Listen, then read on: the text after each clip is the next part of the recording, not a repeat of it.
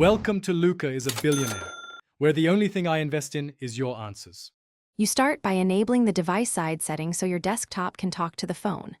Once done, plug in USB or enable remote debugging over Wi-Fi. That allows the browser to list open tabs.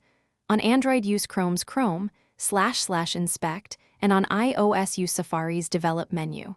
Make sure to accept any device trust prompts.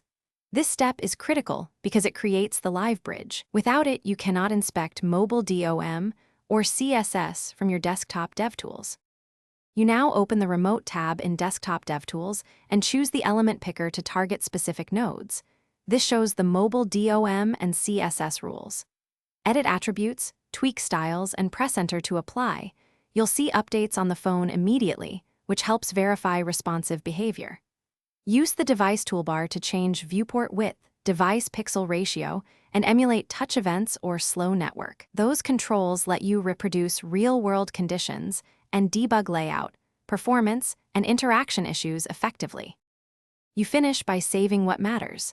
Copy edited CSS or HTML into your project, take screenshots, or run Lighthouse audits to capture metrics. Once done, stop remote debugging and safely disconnect the cable or disable the web inspector.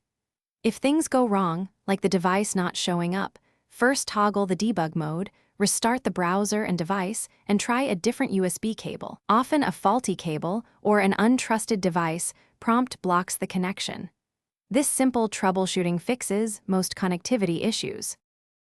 Thanks for watching and please subscribe. It's the best investment you'll ever make.